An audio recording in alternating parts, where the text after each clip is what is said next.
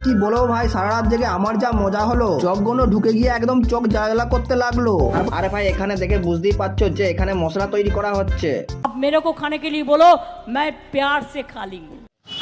তো ভাই আমরা এইভাবে গাড়ির ডালাতে বসে তলপি তল্পা নিয়ে আমার লোকেশন থেকে 200 কিলোমিটার দূর অতিক্রম করে বেরিয়ে পড়েছিলাম সন্ধ্যা 6টার সময় বীরভূম ডিস্ট্রিক্টের দিকে, সেখানে বিখ্যাত তারাপীঠ মায়ের মন্দিরে যাবার উদ্দেশ্যে। তো আমরা এইভাবে গাড়ির পেছনের ডালাতে বসে গাড়ির বেগের প্রাকৃতিক বাতাসে চুল উড়িয়ে উড়িয়ে আমরা যাচ্ছিলাম। তারপরে ওখান থেকে কয়েক কিলোমিটার এগিয়ে গিয়ে 9টা-10টার সময় মাংসের পকোড়া ভাজা হচ্ছিল, আর সেইগুলোকে দেখে আমার মনে হচ্ছিল ডানা ছাটা কাঁকড়া ভাজার মতো।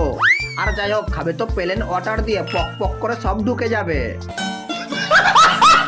তারপরে আবার ওখান থেকে বেরিয়ে বাইকে সুপার হিরোকে দেখতে দেখতে বুড্ডা সুড্ডাদের নিয়ে পানিতে হাওয়াতে চুল উড়িয়ে, আর এখানে পলুদা আছে বলে সবাইকে হাই জানিয়ে দিয়ে যে যার মুডকে একটু হালকা করে অ্যালকোহলে ডুবিয়ে নিয়ে প্রায় 1 লাখ কোটি স্পিডে গাড়ি ধীরে ধীরে চলতে লাগলো গন্তব্যস্থলের দিকে। তারপরে ভাই কয়েক কিলোমিটার যাওয়ার পর রাত 12টার সময় সবাইকে খুব জোর ভুগ লেগে গেল, আর তাই এই ধাবাটার সামনে রোডের এক সাইডে দাঁড়িয়ে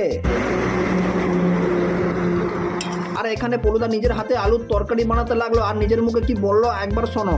যদি খারাপ লাগে আমায় তারপর বলবি। একদিকে সবজি হচ্ছিল আর এই কাকা এখানে রোডের উপরে শুয়ে তার ক্যালমা দেখাচ্ছিল, আর অন্যদিকে আরেক কাকাকে এই ঘন অন্ধকারে পটি পেয়ে গিয়েছিল। She is a very pity হাগু ম্যান।